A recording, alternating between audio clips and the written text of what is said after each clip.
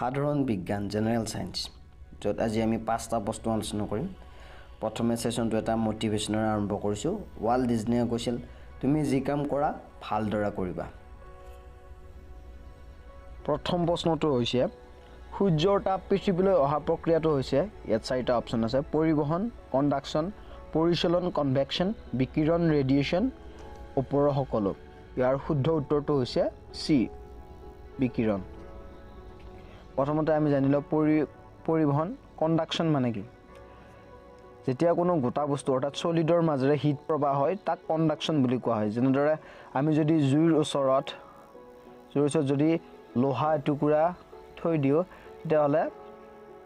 আন্তমুৰো গৰম হ'ব এই প্ৰবাহটো কোৱা হয় পৰিবহন ঠিক আছে পৰিচলন কনভেকচন মানে হৈছে জুলীয়া বা লিকুইডৰ মাজেৰে যেতিয়া হিটৰ প্ৰবাহ হয় তাক কনভেকচন বুলি কয় যেনে আমি পানী গৰম কৰো ঠিক সেইটো এটা কনভেকচনৰ উদাহৰণ ৰেডিয়েচন মানে হৈছে বিকিৰণ যেতিয়া কোনো মাধ্যম অবিহনে পোহৰে গতি কৰে যেনে সূৰ্যৰ পৰা তাপ অৰ্থাৎ পোহৰ পৃথিৱীলৈ কোনো মাধ্যম অবিহনে আহে গতিকে এইটো শুদ্ধ বাকিকেইটা শুদ্ধ 2 নম্বৰ প্ৰশ্নটোলৈ আহিছো 2 নম্বৰ প্ৰশ্নটো হৈছে পানীৰ ঘনত্ব আটাইতকৈ বেছি 0 degree Celsius 100 degree Celsius 4 degree Celsius এটাও নহয় ইয়াৰ শুদ্ধ উত্তৰটো হৈছে 4 ডিগ্ৰী সেলসিয়াস পানী 0 ডিগ্ৰী সেলসিয়াসত বৰফ হয় 100 ডিগ্ৰী সেলসিয়াসত জলীয় বাষ্প হয় আৰু এটাও নহয় এটো অশুদ্ধ হয় গতিকে ইয়াৰ শুদ্ধ হ'ব 4 ডিগ্ৰী সেলসিয়াস ঘনত্ব এটা সূত্ৰ আছে ঘনত্ব মানে হৈছে ডেনসিটি ইংলিছত কোৱা হয় density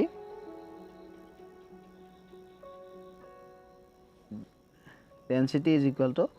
mass by volume mass মানে হৈছে ভৰ mass by volume মানে হৈছে আয়তন ভলিউম এইটো সূত্ৰটো মনত ৰাখি থোৱা ভাল আৰু 3 নম্বৰ প্ৰশ্নটো লৈ আইছো ৰামধেনু সৃষ্টিৰ কাৰণ ইয়াত দিয়া আছে বিচ্ছুৰণ ডিসপাৰশন প্ৰতিফলন ৰিফ্লেকশন বিক্ষেপণ স্ক্যাটাৰিং ইয়াৰ শুদ্ধ উত্তৰটো হৈছে বিচ্ছুৰণ ডিসপাৰশন ইয়াৰ শুদ্ধটো হৈছে এ যদি এই প্ৰশ্নটো তিনিটা শুদ্ধ উত্তৰ বাছি দিয়া বুলি কোৱা হ'ল হয় তেন্তে ইয়াৰ তিনিটাই শুদ্ধ হ'ল হয় প্ৰতিফলন কিন্তু যদি ইয়াৰ এটা উত্তৰহে শুদ্ধ হয় তেনে হলে অকল বিচ্ছুৰণটো শুদ্ধ হ'ব বিচ্ছুৰণ অৰ্থাৎ ডিসপাৰশন মানে হৈছে যেতিয়া পোহৰৰ বগা ৰংটো অৰ্থাৎ বগা ৰং সাতটা ৰঙলৈ বিভক্ত হৈ যায় যেনে আমি জানো 5Gৰ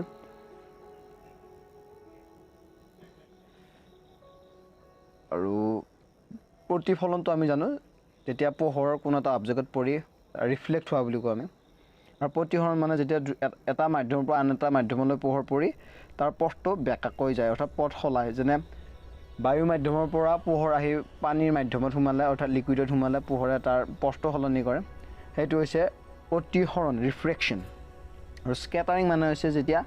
পোহৰ স্ক্যাটাৰ হয় অৰ্থাৎ বিক্ষেপণ হৈ যায় ভাগ হৈ যায় সেইটো কোৱা হয় স্ক্যাটাৰিং গতিকে ইয়াৰ শুদ্ধ উত্তৰটো হ'ব বিচ্ছুৰণ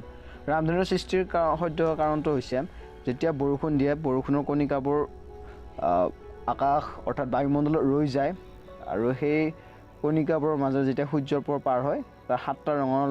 বিভক্ত হয় আৰু সেই ৰংকেইটাকে আমি ৰামধেনু হিচাপে দেখা পাওঁ